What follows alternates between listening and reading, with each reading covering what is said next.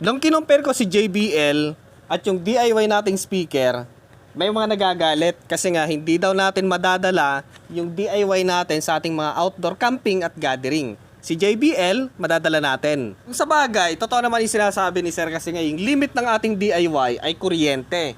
Pero dyan ka nagkakamali kasi nga, kung gusto mo, pagganahin pa lahat yan eh. Ang galing!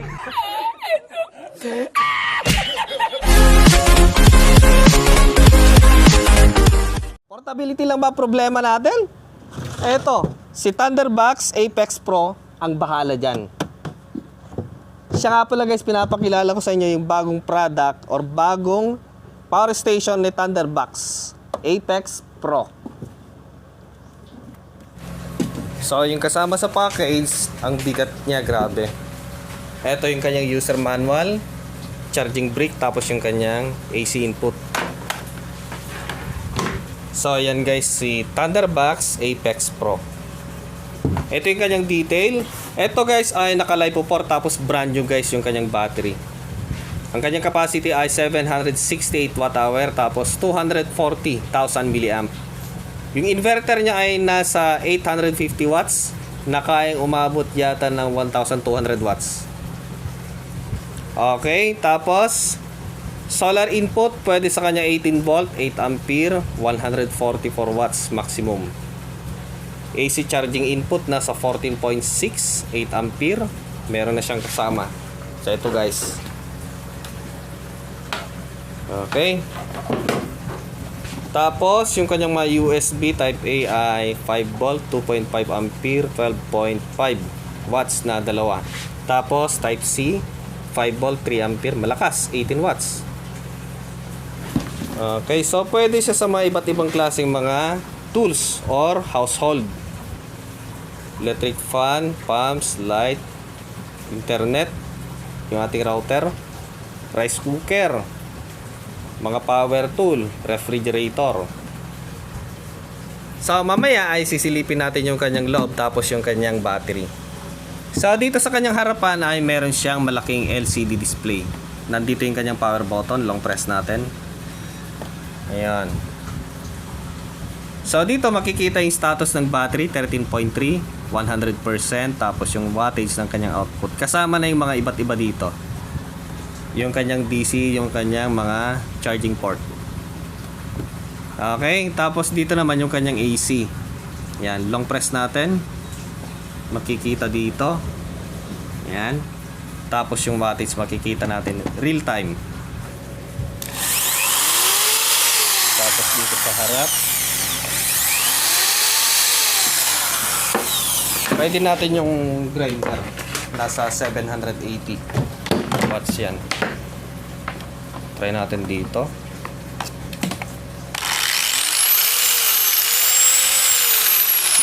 Dito sa likod.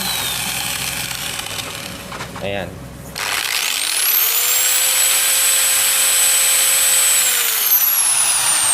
Bale, meron siyang memory kung ano yung last na wattage na ginamit natin, makikita natin. 428 watts. Tapos pag gagamitin natin, magbabago siya.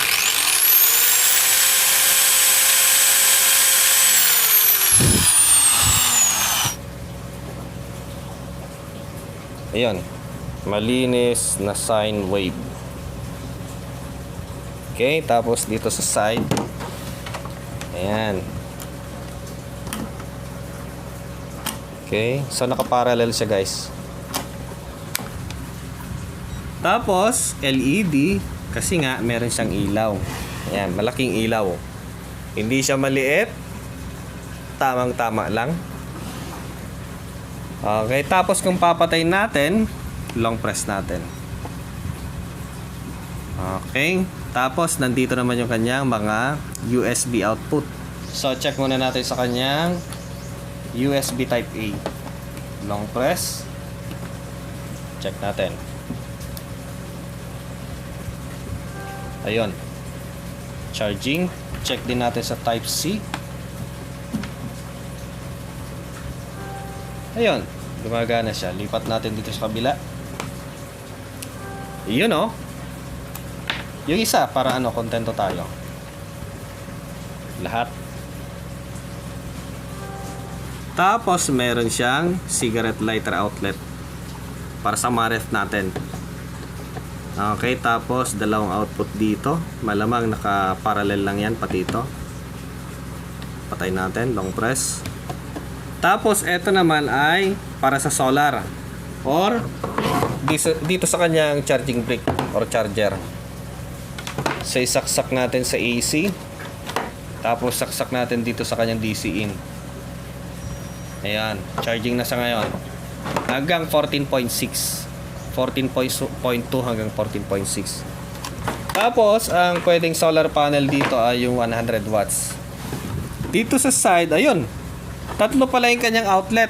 Isa dito, dalawa dito. Okay, tapos meron siyang fan blower. 768 watts. Watt hour pala yung kanyang battery. Ang ganda ng pagkakadesign. Napakasimple. Thunderbox, napakasimple. TM, trademark. Apex Pro. Tapos dito sa side, ito yung kanyang cob light. Meron siyang blower ulit dito na tahimik. 850 watts. Napakasimple. Tapos sa likod, ay wala na yung detail lang. LiPo 4, inverter 800 watts, 50 watts. Okay. So yung mga detail dito na nandito, paresing nandito. Okay? Let's set aside na natin yung box. Sa ilalim, yung kanyang rubber damper.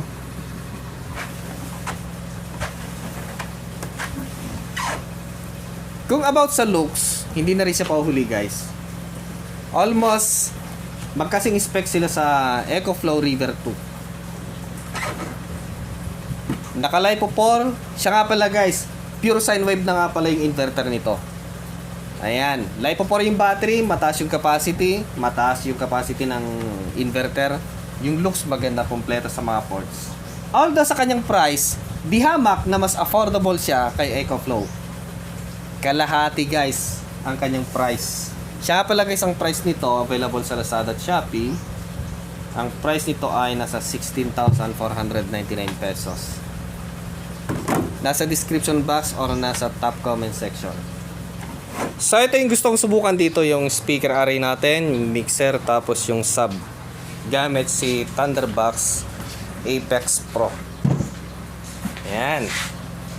So no worry kung gagamitin natin outside. Kung meron lang tayong solar panel, pwede na yan. So ayan, nakasaksak na dito sa side. Walang ibang nakasaksakan. Tapos yung mixer natin, lagay natin sa harap. Ayan. Tingnan natin kung maganda at malinis yung kanyang tunog.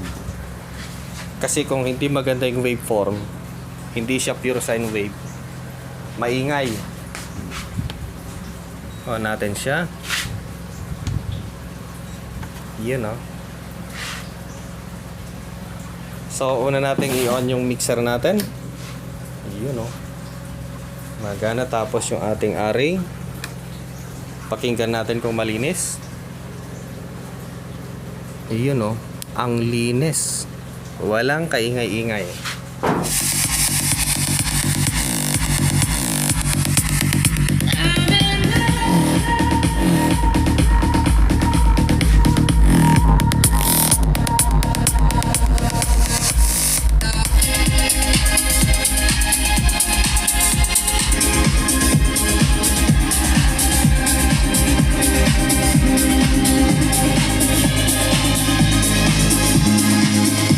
Subukan muna natin yung ginagamit ko dito na pinapapainitan ng tubig pang kape.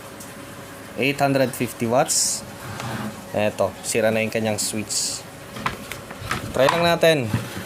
Resistive load. On natin siya. AC. Yun.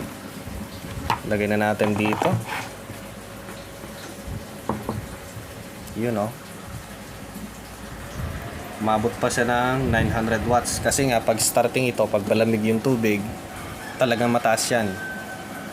Pag tagal at mainit na yung tubig, saka siya bababa. Natin. Ayan guys, umuusok na yung tubig.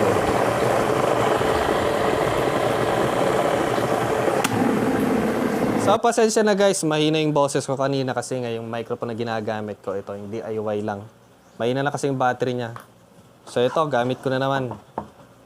So dito, kung bubuksan natin siya, meron siyang 4 na screw dito sa ilalim. Yun. Tanggalin lang natin yan.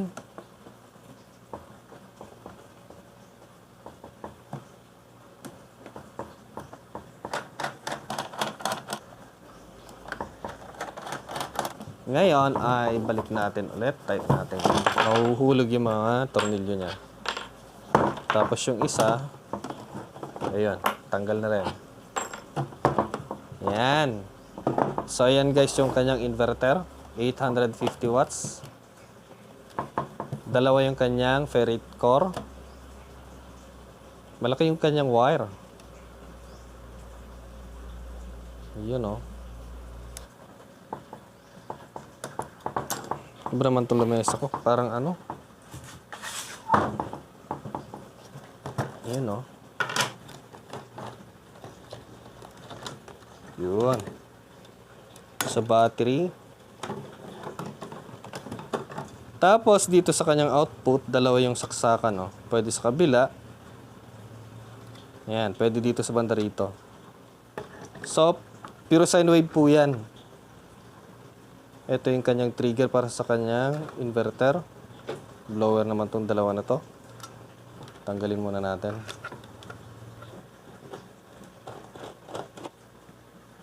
Napakalaki at napakabigat na battery.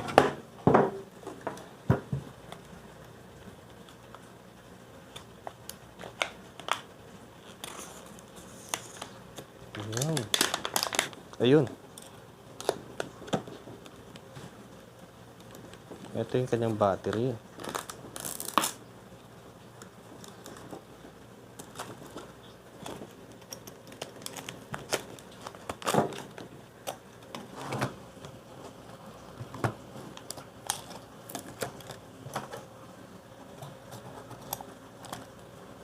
So, ayan guys yung ginamit na battery dito. Brand new na 26700. 4,000 milliamp yung isa, tapos 3.2 volt yung nominal voltage niya. Okay. Tapos nandito yung kanyang BMS. Yan. Wala na siyang damit. Wala na siyang ano, takip.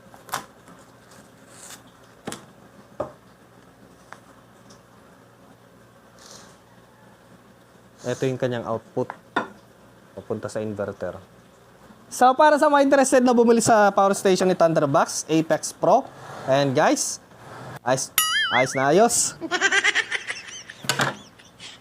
So, nasa description box yung kanyang link. Nalimutan ko yung kanyang takip sa likod. Portability. Portability lang ba? Okay. Portability lang ba problema natin? So, nung kinumpare ko si JBL at yung DIY natin, so, nung kinumpare natin si JBL sa DIY natin,